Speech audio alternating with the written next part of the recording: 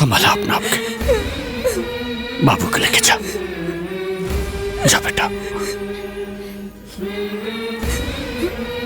जा।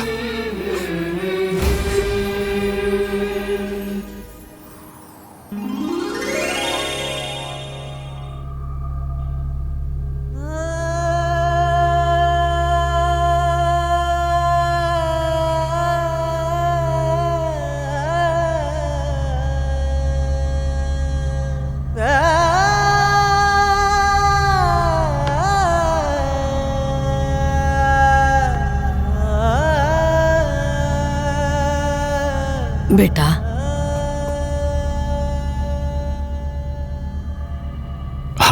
हाँ माई। कहा सोचा तारा? कुछ ना माई। हमरा सब पता बा। अरे गीता के गैला ये दुनिया से 1 बरिस हो गई, लेकिन अबहियो तो ओकरा के भूला आने का पहले। तहार अगर ये हालत रही था, बचन के सहारा के बनी? अरे कुछ सोच। देखा बेटा, जौन होके के रहे तौन हो गई। तू सोचा बियाह करला। अरे इतना लंबा जीवन बा, तहार पहाड़ जैसन जीवन कैसे कटी? ना माई, हम बियाह नहीं कर सकब। हमरा केहू की जरूरत नहीं है। तारा जरूरत नहीं है तो बच्चन के तो जरूरत बानू। हाँ?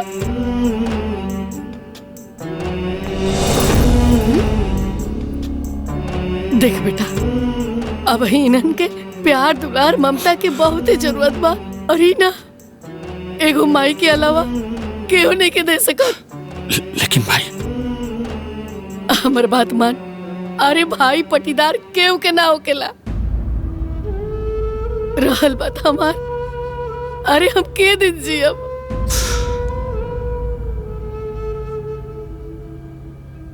अरे हम तो पाकल आम बानी, कब हम टपक सकतनी। ए बेटा, तू हमार बात मान ले, दूसर बियाह कर ले, यही में सबके भलाई बा। लेकिन भाई। अरे लेकिन कुछ ना। ते बच्चन के मुंह देख, उन्हीं के माई ला दे। भैया, माई एकदम सही कहत बाड़ी।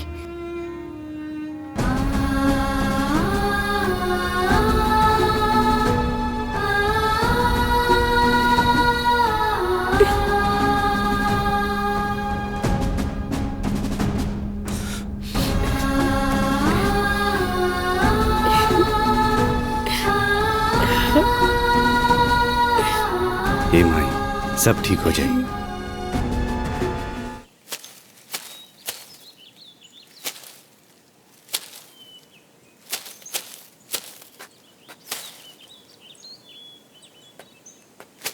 हेलो, हाय नैनू, जल्दी जल्दी काम खत्म करा। मौसम का कोनो भरोसा नहीं खे। जी मालिक। ठीक है ना?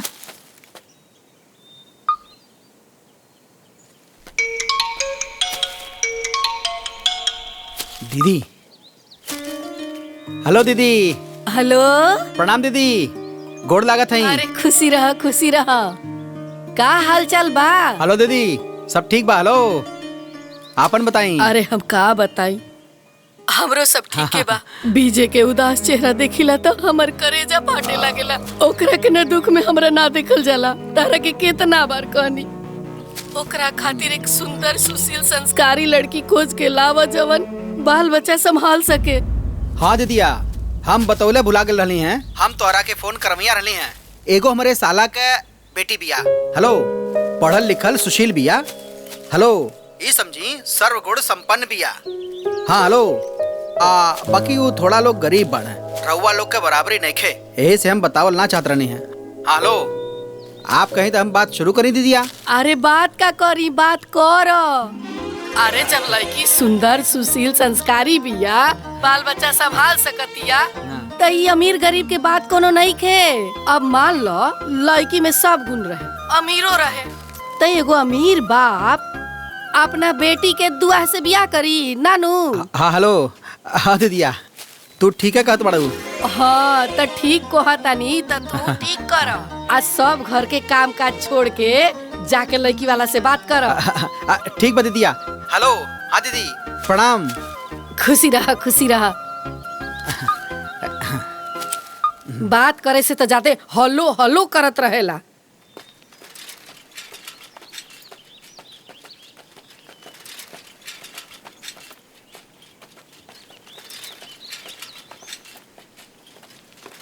चलो जा तू।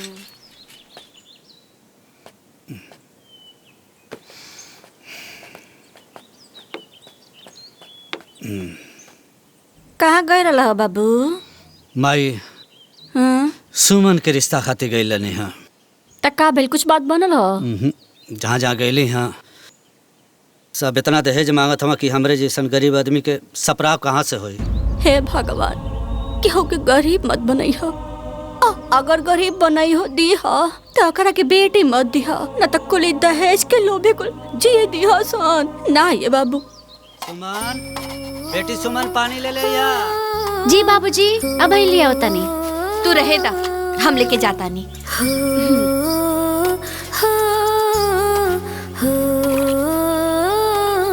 जल्दी ले आवा हो।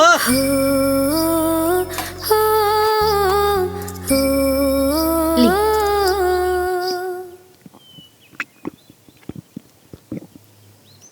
का भेल? जहाँ गई रहनी हा घर परिवार बढ़िया बा? हाँ हाँ सब अच्छा रहा, लेकिन बियाह ना हुई। काहे?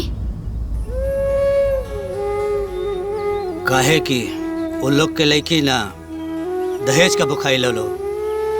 वो लोग इतना ज्यादा मांगत है कि हमार सपराव ना हुई। हे भगवान, अब का हुई? अरे होई का, दूसर दिखाई। नसीब कहीं न कहीं टकरेबे करी। का टकराई है बाबू? 12 से 14 जगह जा चुकल बाड़ा। एड़ी के पसीना कपारे पे चढ़ गए। का जने कहाँ लइका बौड़ी आयल बाना सन। देखा सुमन कमाई, चिंता मत करा। समाज में बहुत लोग बाड़ा, कहीं न कहीं गुहार लगी जाए। आग लगे ऐसे समाज के और समाज के लोग के। ये सब ना कहे के बात है। न तो इतना अच्छा बेटी के वर ढूंढे में इतना परेशानी नहीं खे होत। सुमन कमाई, परेशान मत होगा। फिर काल एक जगह जाए के बाद शायद काम बन जाए। हे डी बाबा, हे काली माई, हमरा से कौन गलती हो गए? माफ करियो गलती के। हमरा पोती के एगो सुंदर घर बर देती। हे डी बाबा, अम्मा जी के दरखास्त सुन ले। हम रवा की कढ़ाई चढ़ाई।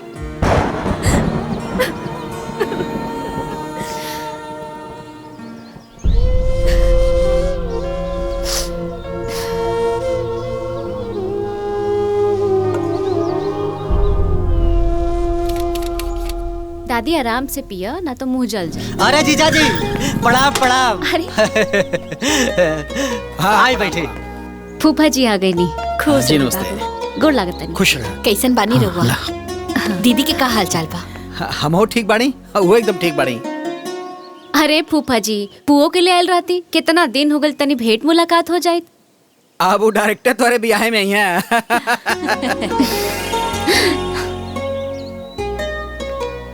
जब ब्याह तय हुई तब ना, इतना जगह गई कहीं ठिकाते नहीं खे। बढ़िया भइले बाबू जी ते आ गइल हो। गोपाल हमारा अकेले परेशान बड़े खोज खोज। देखा है, हम तो बतौले भुला गईली। हमारे रिश्तेदारी में एगो बहुत बढ़िया निम्न रिश्ता बा। हाँ, दुइया गुण को लड़का बाड़ा, बहुत बड़ा मनई बाड़ा लोग। दोनों लड़का सरकारी नौकरी में बाड़ा। लड़का जोन बा जिला पंचायत में जई बा। अगर रिश्ता घर में हो जाई, समझ ला सुमन बिटिया के भाग खुल जाई। लेकिन लेकिन का? लेकिन का? लड़कवा तनी दुआ बा। पत्नी जोन बा बीमारी मर गई लल। ओसे एगो लड़का बा, एगो लड़की बा। दुआ? अरे टक्का भइल। ऐसन घर बर बड़ा भाग से मिलेला। हाँ। लेकिन लेकिन कुछ ना। जीजा जी, आप वहाँ बात करें। अरे बातचीत का करे बा? बातचीत समझ ला, सब कुछ हो गइल बा। अरे समय निकाल के चला और लड़का के घर द्वार और लड़का देख ला बस।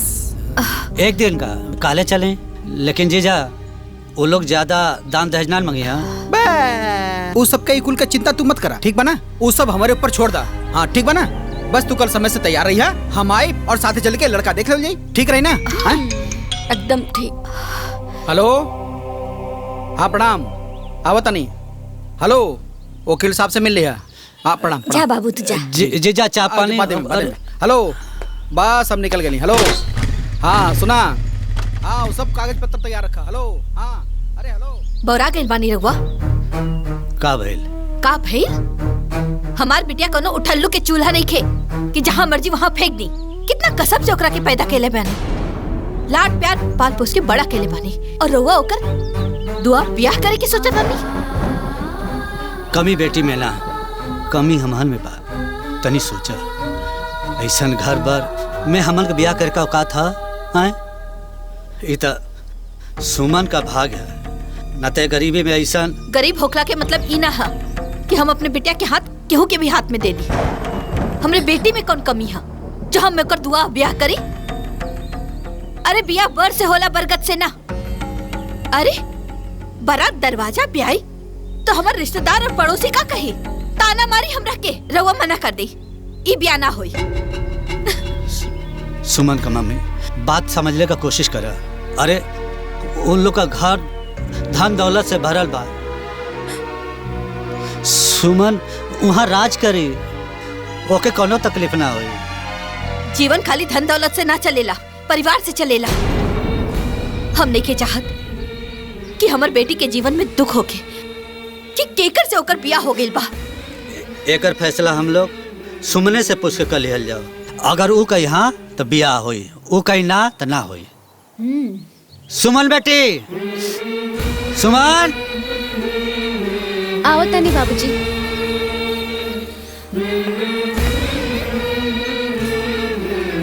हाँ बाबूजी।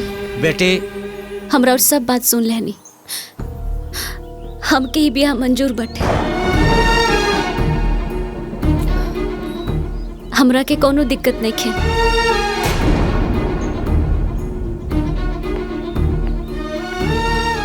सुन ले लू ना, हो गई फैसला। सुमन, ए सुमन,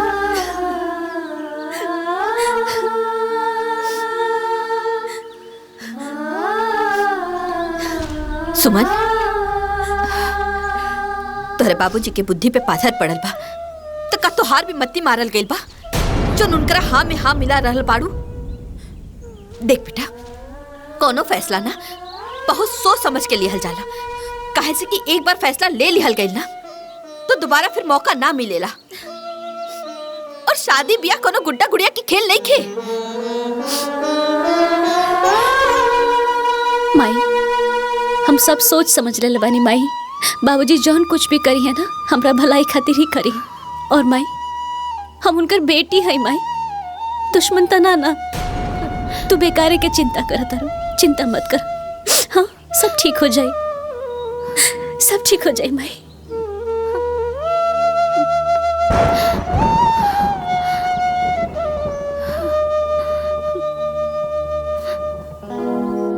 देखी, हमार हैसियत राउत बराबर लइखे। हम बहुत गरीब हैं, हम आपके दहेज में कुछ ना दे पाए। अरे अरे रउआ ऐसे मत बोली, हैसियत ता देवे वाला के देखल जाला, लेवे वाला के ना। आप अपन बिटिया हमरा के दे रहल बानी ता दाता ता रउआ भइनी ना। और रहल बात दहेज के, ता रउआ एक जोड़ी कपड़ा में अपन बिटिया के हमरा घरे विदा कर दी, हमरा बड़ा खुशी हुई। हमरा दुल्हन चाही दहेज ना, जे आके हमनी के घर परिवार के संभाल सके, बचन के संभाल सके। बाकी भगवान के देहल सब कुछ बा हमरा भी। अरे एकर चिंता मत करी, हमार बेटी बहुत गुणी भी है, उ सब संभाल ले। हाय ओकर फोटो। ए माई, लड़की तो बहुत सुंदर बाड़ी, हमनी के घर में एकदम फिट हो जाए। हमारा तरफ से तो डन बा।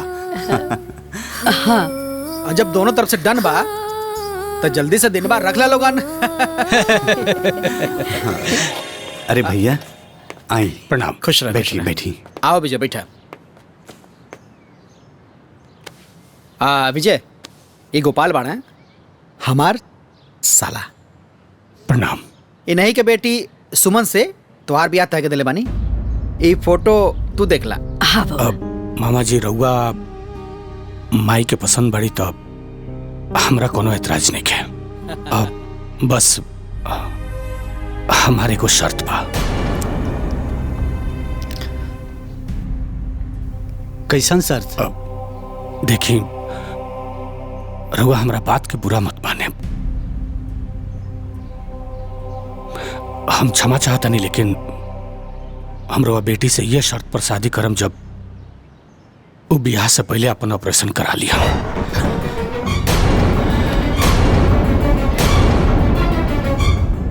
ताकि भविष्य में उनका कोनो बाल बच्चा ना होके। कैसे कि हमके आगे और बच्चा ना चाहिए। लेकिन बेटा ई कहें? मामा जी घर में हम अपना लइकन खातिर माई लिया के चाहता नहीं, सौतेली माई ना।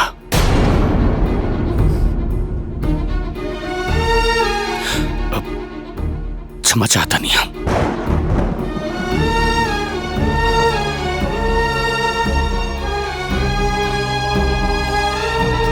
हमके मंजूर बा।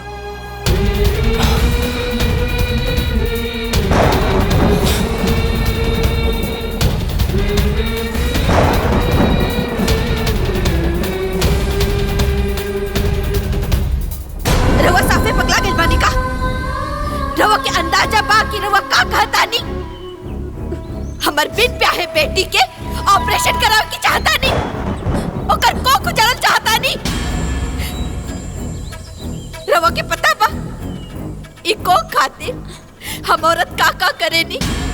कितना देवी देवता पूजे नी, देवता पितर पूजे नी, कहाँ जाके मनौती माने ली। और तो और अपन माई बाबूजी के घर छोड़ करके एगो अनजान घर में एगो अनजान परिवार के अपन परिवार माने ले। और रवा ओ कोक के बसे से पहले ओकरा के उजाड़ल चाहता नी? हाँ बाबू, दुल्हन ठीक कहता रही। चलो दुआ से बियाह हो तो ठीक बा, लेकिन पहले ही ऑपरेशन हुई ये ठीक नहीं है बाबू। माई हमके समझने की कोशिश कर, हम मजबूर बाड़े। का मजबूरी बा? हाँ ये ना कि वो लोग बियाह ना करी, अरे ना करे तो ना करे, बकिर हम अपना बेटी के नरक में ना झोंकब, वो लोगन के ई शर्त ना मानब। भले ही अपना बेटी के कोनो गरीब से बियाह कर दे, लेकिन वो लोगन के ई शर्त ना मानब। तो ठीक बा, ज्यादा लोग हमके जर खा के मर जाई, ताकि कुछ झंझटियां खत्म हो जाए। बाबूजी ऐसे मत कहीं। माई अगर हमरा किस्मत में यह लिखल बा तो यह सही माई, लेकिन बाबूजी के मत कोसा। इनकर का दोष बा माई? इनकर का दोष बा? माई रहल बात उनकर दूगो बच्चा के, तो हम समझ ले हम कि वो दोनों बच्चा हमरा कोख से पैदा भइल बड़े। बाबूजी रो शादी की तैयारी करी, शादी करते तैयार बानी। सुमन